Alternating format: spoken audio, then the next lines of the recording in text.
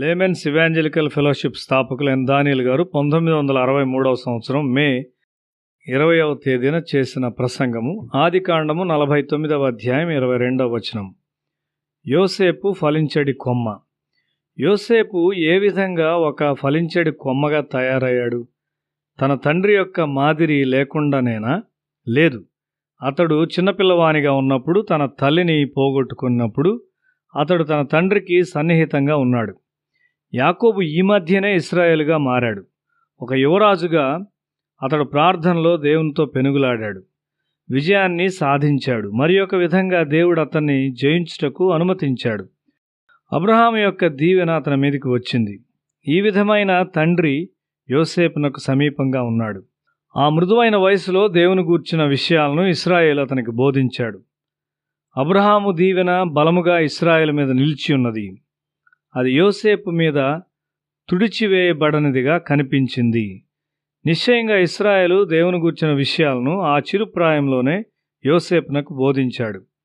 యాకోబు తండ్రి ఒక పరిశుద్ధుడైన మనిషిగా ఉన్నప్పటికీ యాకోబు మోసమును అభ్యాసం చేయుట నేర్చుకున్నాడు. అతని తల్లి యొక్క ప్రభావం అతని పైనున్నది. అది రిబ్కాను బట్టియే యాకోబు తన మామ ఇంటికి పారిపోవలసి వచ్చింది. అతడు ఒక నూతన స్వభావంతో వెళుచున్నాడా?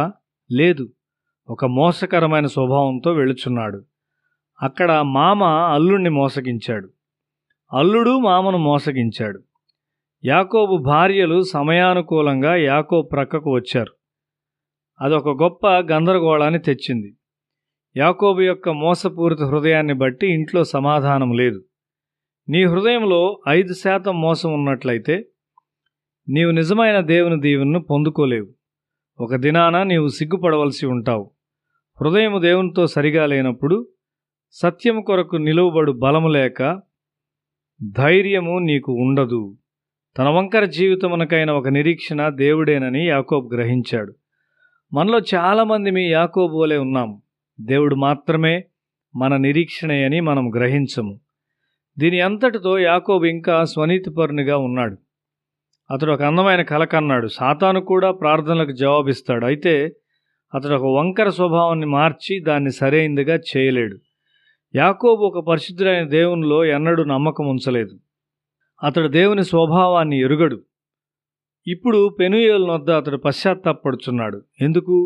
ఒక ప్రక్క ద్వేషభావం గల భావమర్దులతో తన మామను అతడు ఎదుర్కొనవలసి ఉన్నాడు.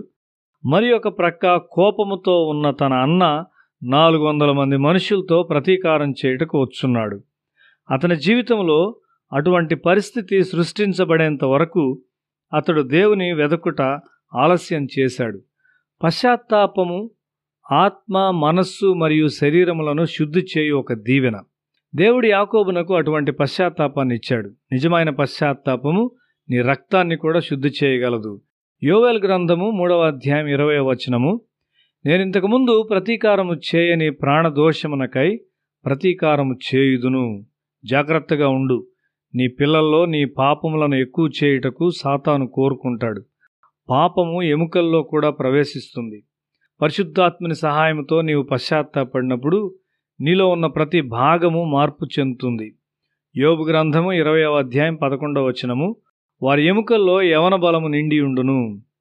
యేసునందు విశ్వాసములో నడిపించు పశ్చాత్తాపము అంతం వరకు శుద్ధి చేస్తుంది. హెబ్రీ పత్రిక 7వ అధ్యాయం 25వ వచనము. వారిని సంపూర్ణంగా రక్షించుటకు ఆయన సమర్థుడు.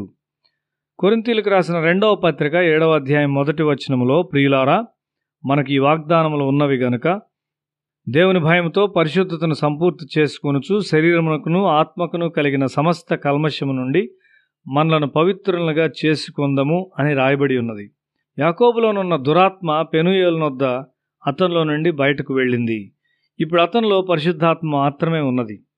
అతని చిన్న కుమారుడైన యోసేపు తండ్రికి సమీపంగా ఉండి బాల్యము నుండి ఒక ప్రవక్తగా పెరిగాడు. చివరిగా అతని సహోదరులు వచ్చి అతని పాదముల యొద్ద పడ్డారు. ఫరో యొక్క మంత్రులు నిలువబడి అతన్ని గణపరిచారు. దేవుడు యోసేపును పైకెత్తాడు. యవన కాలంలో అతడు జారత్వము నుండి పారిపోయాడు. పాపం విషయమై జాగ్రత్తగా ఉండువారు నాశనాన్ని తప్పించుకొని లోకానికి ఒక దీవెనగా ఉంటారు. గత సంవత్సరంలో జరిగిన విషయాలను గూర్చి దేవుని ముందు పశ్చాత్తాపంతో వారు పరీక్షించుకొనుటకు ఇశ్రాయేలు కొరకు దేవుడు ఒక దినాన్ని ఏర్పాటు చేశాడు. ఆ దినము వారిని వారు పరీక్షించుకొనుటకు మరియు శుద్ధీకరణ వెతుకుటకు నీవు కూడా నిన్ను తగ్గించుకొని నీ పాపములు ఒప్పుకొని పశ్చాత్తాపడాలని దేవుడు కోరుచున్నాడు. దీని కొరకు సమయాన్ని వెచ్చించటం మంచిది. యోసేపు యొక్క దీవెనలు, అబ్రహాము యొక్క కుటుంబంలో ప్రథమ సంతానము యొక్క దీవెనలు, యోసేపు మీద ఇశ్రాయేలు పలికిన దీవెనలు, ఇవి ఆదికాండము 49వ అధ్యాయము 22 నుంచి 26వ వచనముల్లో ఉన్నవి.